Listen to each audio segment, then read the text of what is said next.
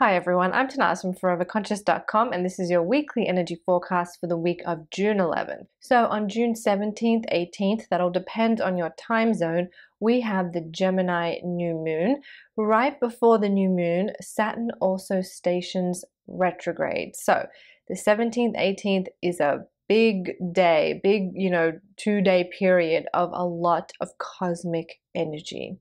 And we're going to be feeling that build up to that energy all through the week. So you may be feeling a little bit foggy, a little bit confused, a little bit chaotic. Your life may feel a little bit all over the place. You might feel a little scattered. You might feel a little mentally heavy. All of this energy, there is an opportunity to release it and clear it under the new moon. But we kind of have to arrive at the new moon. We have to let the new moon reach its peak before we can kind of get that come down of the energy.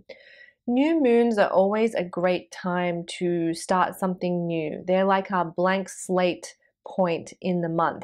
And even though that invitation is on offer under this new moon, it's always a great time to set intentions or revitalize a part of our lives that have become stale, or even revitalize ourselves. Even though that invitation is there under this new moon, there may be a little bit of fogginess, a little bit of not being able to see clearly is the feeling, not being able to sort of understand or fully have fully have the picture in front of us. This is because Neptune is very, very strong under this new moon. And whenever Neptune is strong, yes, it can cast a veil. Yes, it can make things foggy, but it's also a reminder to look through the eye. When we can't rely on our external senses, we have to look through the eye. So trusting our intuition, trusting ourselves. When the path ahead is foggy, we have to listen to our instincts. We have to get still and go, okay, I can take this step forward. That is sort of where we're being guided. We're being guided to really listen and trust our intuition. And that can sometimes be a little bit of a passive state. We have to wait for that right inspiration to meet us. We have to wait for that moment where we go, yeah, okay, this feels good. I'm going to proceed. So be patient with yourself under this new moon. Yes, new energy is there and we can get excited to plant seeds and all of that, but there requires a little bit of still patience for us under this new moon. Whenever we have this foggy energy, it's always a reminder to kind of go within, listen to our intuition, and also to be very mindful of deceit, of things not being what they are. So something else to pay attention to under this new moon, really trusting your instincts. And if something doesn't sound right, something sounds maybe a little too good to be true, you'll want to pay attention to that under this new moon. This new moon also carries energy that could bring up issues around our relationships, particularly finding our independence in our relationships and not getting kind of lost in the other person. This is not just romantic relationships, it's in any relationship that we keep. It's kind of about honoring the independent spark that you bring to the relationship. This energy is really about being your independent, true self in the relationship, not getting lost in the other person, but being firm and true in who you are and bringing your uniqueness to the relationship. So if there's a particular relationship that you're feeling a little bit lost in, kind of like you're not quite yourself in this relationship, or maybe you feel like the other person is a little bit more of a dominating force in the relationship and you can't quite be yourself, this new moon may also bring that up to the surface for you to pay attention to, and then for you to kind of stand in a little bit more of your truth, a little bit more of your independence, and go, no, this is who I am, and this is what I'm bringing to the relationship, and it's valuable.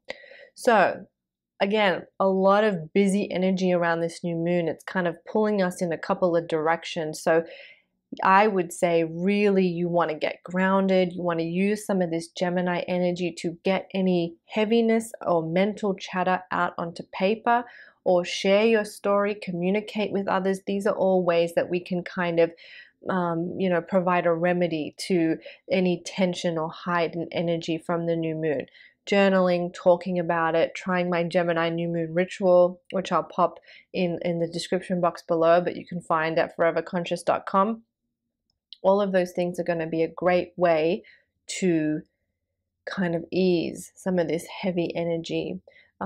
Sharing your story. Did I say that already? I don't know. Sharing your story. It's another great way to use some of this energy, whether you write it, share it with a friend. That's another way to kind of soften any kind of heavy chaotic energy that this new moon brings. And then right before the new moon, as I mentioned, Saturn goes retrograde. Saturn spends a good almost 6 months of the year in retrograde. So this is something that's very typical. We're very used to its energy. And Saturn is the Lord of Karma. It's also our master teacher.